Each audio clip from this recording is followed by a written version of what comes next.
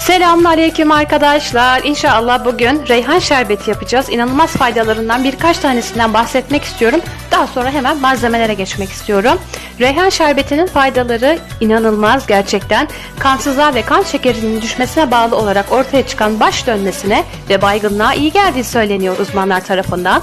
Yine reyhan şerbeti zayıflamaya yardımcı, kişinin yağ yakmasına da yardımcı oluyor. Bu özelliği ile de fazla kilonun atılmasında bizlere inşallah yardımcıdır reyhan şerbeti.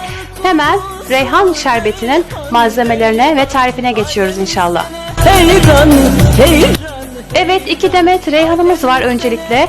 Reyhan alırken lütfen seçerken renklerinin mürdüm moruna yakın olmasına dikkat edin. Yani böyle canlı renkler olsun, rengi açısından daha güzel. Evet, şu anda malzemelerimizi görüyorsunuz ekranda. 1 adet tarçın, 5-10 adet karanfil, çeyrek limon, 1,5 çay kaşığı limon tuzu ve 1 bardak şekerimiz var.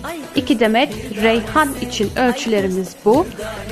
Tarçın ve karanfil isteğe bağlı. Sevmeyen kullanmayabilir. Bu şekilde de söyleyeyim inşallah. Tarçın ve karanfil sayısı da kesinlikle sizin zevkinize kalmış.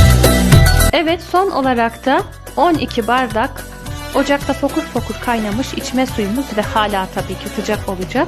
Reyhanla sıcak suyumuz birleşecek ve şerbetimiz soğuduktan sonra inşallah hazır olacak. Son olarak bütün malzemelerimizi görüyorsunuz ekranda. Reyhanlarımızı tencereye koyacağız ve bütün malzemeleri kenarda duran limonumuz, limon tuzumuz, karanfilimiz, tarçınımız ve 1 bardak şekerimizi birleştirip sıcak 12 bardak suyumuzu da ekledikten sonra karıştıracağız inşallah. Bütün malzemeleri karıştırdıktan sonra ortaya çıkan görüntümüzün bu olması gerekiyor.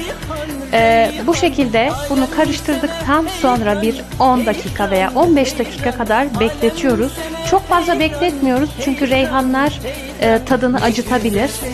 Acı bir tat bırakabilir. O yüzden bu şekilde artık süzüp servise hazır hale geliyor 10 veya 15 dakika sonra. Evet, gördüğünüz üzere ortaya çıkan görüntü muhteşem. Gerek Ramazan ayında iftarda harika bir şerbet.